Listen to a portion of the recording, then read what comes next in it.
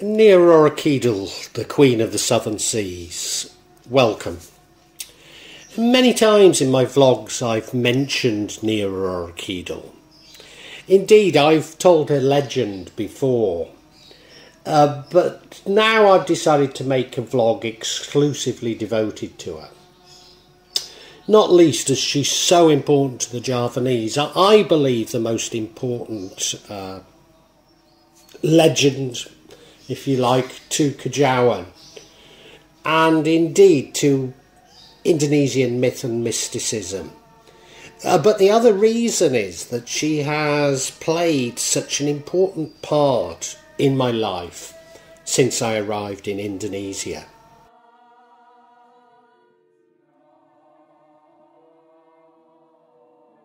The legend. Nyai Roro Kidul's spirit has many different names which reflect the diverse stories of her origin in different sagas and legends, myths, traditional folklore.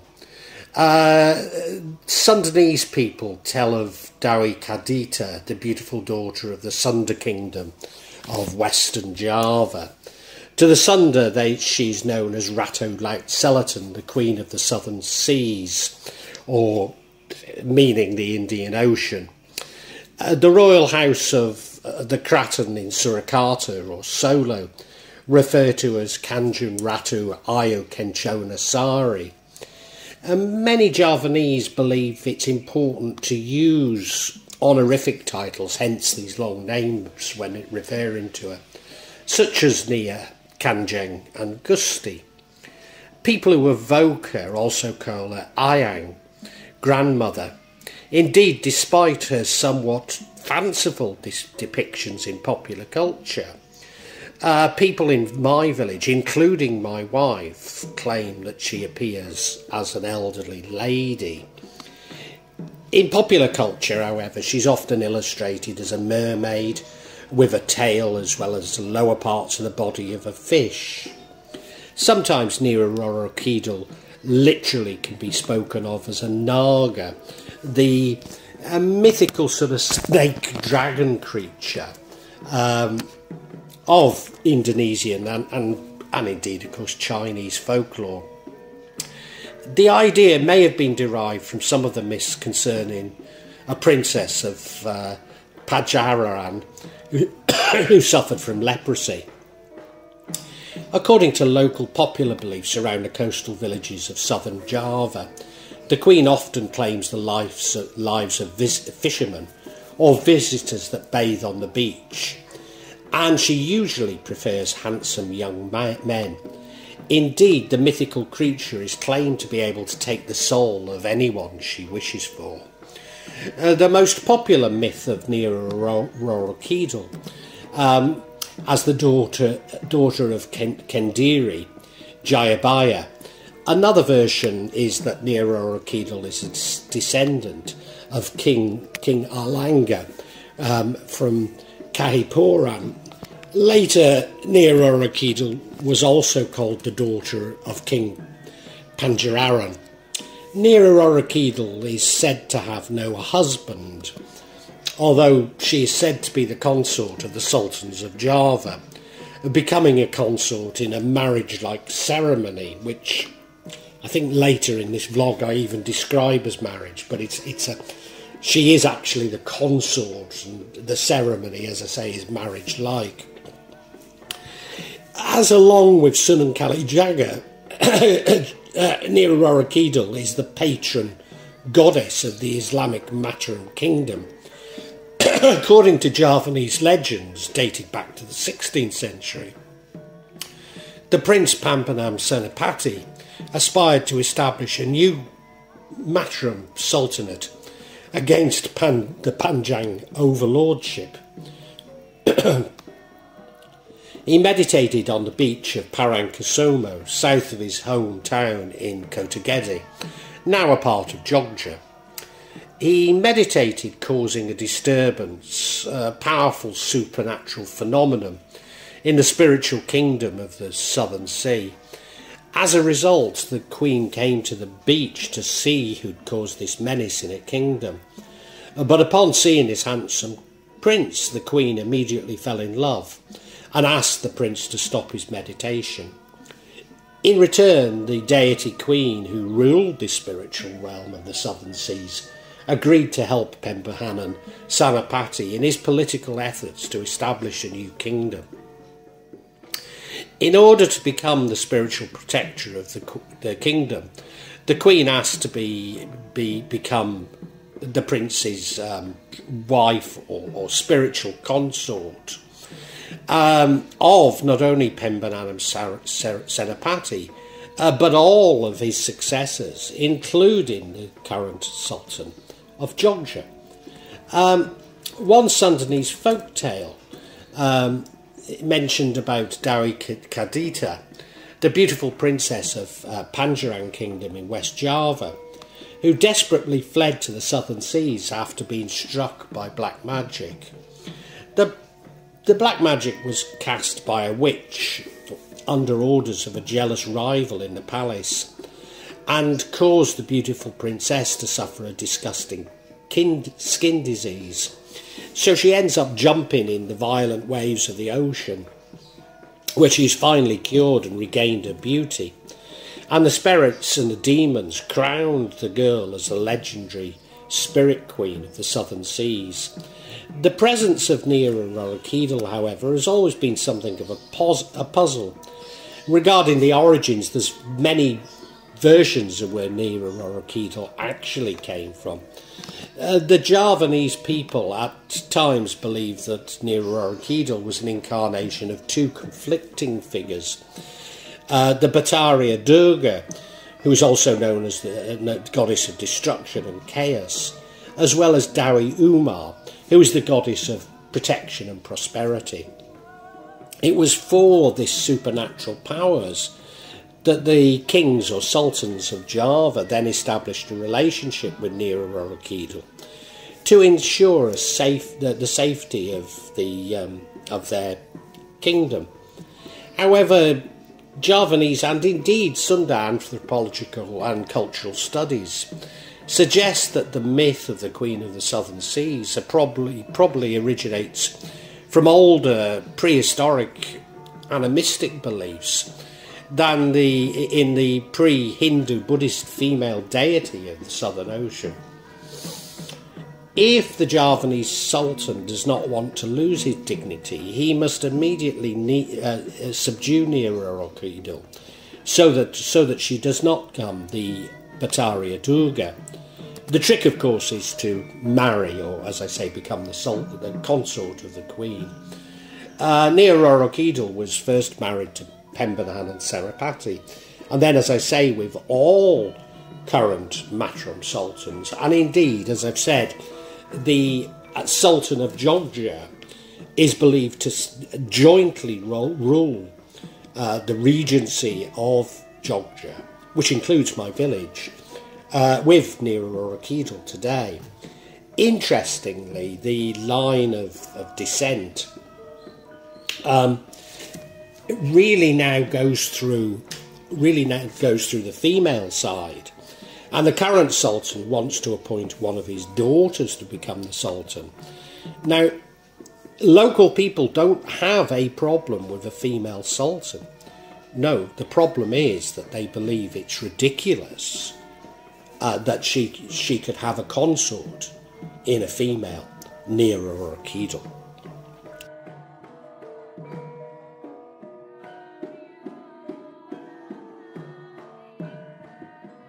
Traditions. The role of Nyai Roro Kidul as the Javanese spirit queen became a popular motif in traditional Javanese folklore and palace or Keraton mythologies, as well as being tied in with the beauty of the Sundanese and Javanese princesses. Another aspect of her mythology was her ability to change shape and her appearance several times a day. Sultan Hemangkang Buwono, the ninth of Jogja, described his experience on spiritual encounters with the Spirit Queen in his memoirs, claiming that the Queen could change shapes and appearance as a beautiful young woman during the full moon and appear as an older woman at other times, very much concurring with my wife's own experience. Panembahan Ratu is a small fishing town in Western Java, which celebrates an annual holiday in her honour on April the 6th, a memorial day for the locals, offering a lot of ceremonial gifts to appease the Queen. The local fishermen send the Sunda Laut ceremony, offering gifts and sacrifices from vegetables, rice, agricultural products, chicken, batik fabrics and cosmetics, to be the larong sent afloat to the sea and finally draw into the sea to appease the Queen. The local fishermen believe that the ceremony will please the Queen of the Southern Seas. In return, this will provide plentiful catches in their fisheries and bless the surrounding area with better weather, fewer storms and waves. Nyai Roro Kidul is associated with Pangerantis, Parang Kusumo, Parang Daran, Karang Blorong, Nilapit, Puja, Banyuwangi, and many places along the southern coast of Java. There is a local belief that wearing the green, I say green, it's an aqua green garment in these areas, instead of blue, purple, lavender, magenta, pink, violet, will anger her and will bring misfortune on the wearer, as aqua green is a sacred colour. The Labuan offering consists of aswi and dalam, damaged matchet cloth, with green kembang, chankia cloth, sumekan gadung, and a green-white batik pattern called Gudung Melati, which is taken from the name of the spiritual protector Pangeratis, near Gadung Melati. All of these offerings are usually prepared in the Keraton, the palace of the Yogyakarta Sultan. Uniquely, the Gadung Melati batik is often used by dancers in the Keraton of Surakarta or Solo and the Keraton of Yogyakarta when engaged in the sacred dance of Badayo Kataweng, Kasunananan and Badayo Semang, the Sultanate. The dance is played to invite the spirit of Nyai Roro Kidul to come and make love to the sultans. Nyai Roro Kidul is in control, as I've said, of the violent waves of the Indian Ocean from a dwelling place in the heart of the ocean. And so this is at the heart of a significant amount of the folklore that surrounds her. The fierce waves along the Indian Ocean on Java's coastal towns, its storms and sometimes tsunamis, probably had raised in the locals awe and fear of natural power, and locals attribute this to the spiritual realm of deities and demons that inhabit the southern seas, ruled by their queen, a female deity who later became identified as Queen Kidul. Her literal positioning is considered to correspond to the Merapi, which is Mount Merapi, the volcano, Keraton and South Sea access in the Solo and Jogja Sultanates. Indeed, she's often depicted travelling in a coach led by a Naga on this axis, a batik painting of which was actually given to my wife by a famous Abdi Dalam Dukan at the Keraton in Jogja. It hangs in our home in Java, and we've recently bought a cheaper copy of it to hang in our home in Jakarta. Another pervasive part of the folklore surrounds this aqua green colour, the Gadung Melati in Javanese, which is favoured and referred to by her and is thus forbidden for people to wear along the southern coast of Java. She's often described as wearing clothes or selendang, silk sashes in this colour. She's also associated with Payangan Beach near Puja in East Java, where they launch a model fishing boat containing offerings to Nyai Roro Kidul, including a red umbrella, king bananas or pisang raja, whose leaves I actually wrap my kris, the ceremonial knives, in, other fruits, black coffee, red beetle leaves and flowers. Another tradition uses a goat or a buffalo head as a blood offering. The Grand Bali Beach Hotel is where President Sukarno had a suite in honour of Nyai Roro Kidul.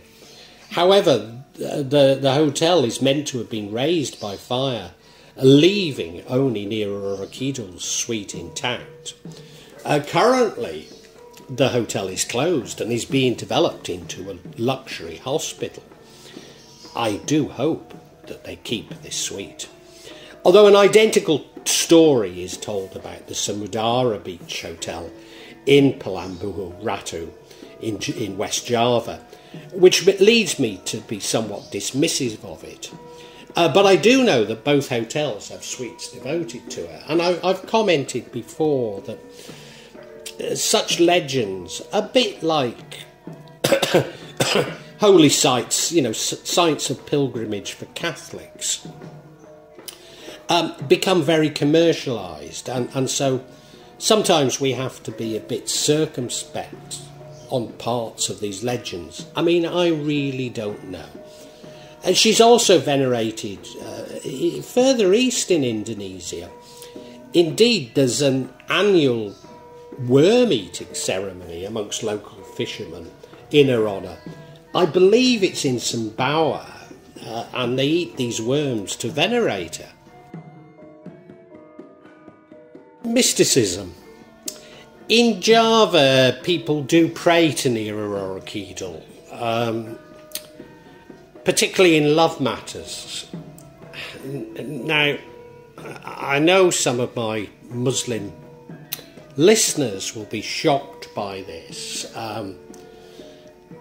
I personally don't think that this conflicts with monotheism, because nobody is suggesting that she's the creator of the universe.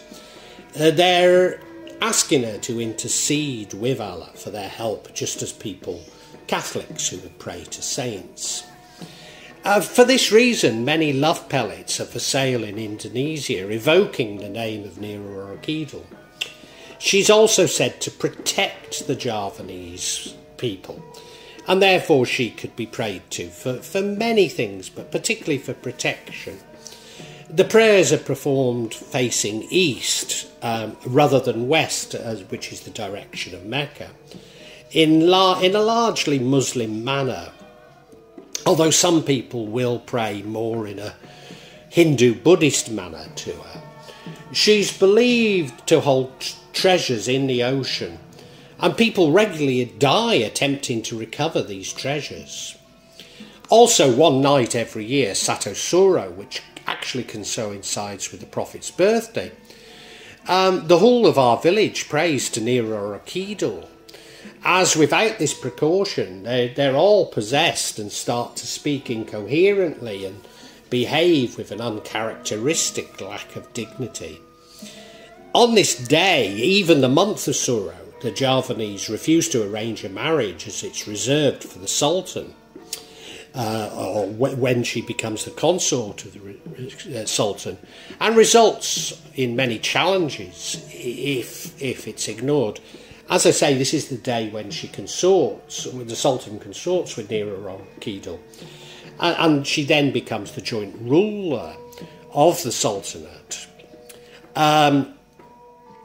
In fact, my wife and I got married on this very day, and maybe this accounts for the black magic we've endured ever since. But it is said that once we overcome it, we will be so blessed.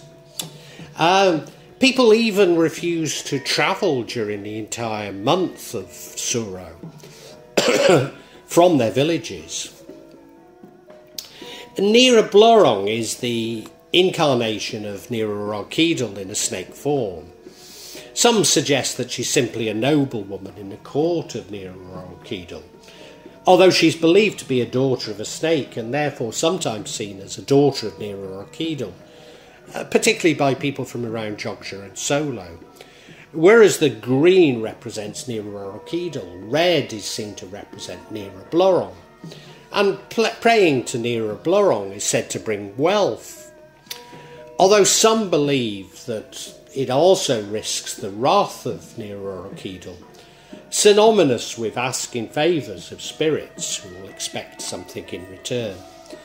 Many see Nyai Roro as Nyai Roro Kidul's dark manifestation or left-handed path. So therefore people pray to Nyai Roro for wealth. She is particularly associated with the Pasugian spell, which involves a pact to generate wealth in return for blood, as she is believed to constantly require new soldiers to protect her underwater palace. Some of those who've been using black magic against my family and I have been engaged in this Pasugian pact, praying to Nyai Roro and offering mine and my family's blood as a part of this reward. We also took part, when we first became aware of the black magic, we took part in a ceremony at Ancol in North Jakarta one night, throwing some money and items of our clothing into Jakarta Bay to ask for Nyai's help. Oh, what those who are using this pact and praying to Nyai Roro against us hadn't appreciated was that my wife had been, I use the word possessed, I think that's the wrong word, but a part of Nyai Roro Kidul was placed inside my wife when she was initiated into Kejawen as a child. So not only would they ultimately fail in their efforts, but they'd attract the wrath of Nyai Roro Kidul herself. This appears to be happening right now, although I have to say it's taken over a decade to turn this around, and if we think of when we can trace direct attacks on my wife, over 5 years. But this has also encouraged others who have sought to harm us to try to get my wife to lead them to the treasures of Nyai Roro Kidul. I say that, but there's also evidence that some were simply going along with this myth in attempt to get our bank numbers. Indeed, for a number of weeks, my wife actually seemed to become Nyai Roro Kidul, speaking in ancient Javanese as though she was the queen herself. As she developed a real aversion to red and would throw any red item out of our house. And as we were going on the train, trying to find some sort of refuge in our village in Java, it rent through Solo, and she was on the train shouting and cursing at Solo and its inhabitants as we went through. All of this only ended after she was given powerful psychotropic drugs in hospital.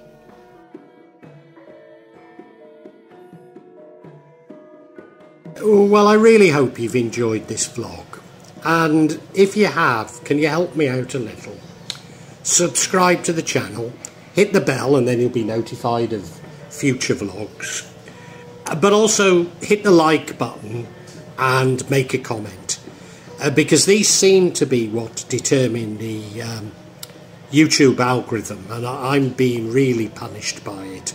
So whatever help I can get from you is so appreciated. It really is. When I started this, I was going to do it this section, the real magic of Java. I was going to issue maybe every 2-3 months. Now it's happening maybe every 2 or 3 days. So yeah, if you hit the bell, you'll hear about it. And thank you so much. Thank you for listening. Really heartfelt thanks.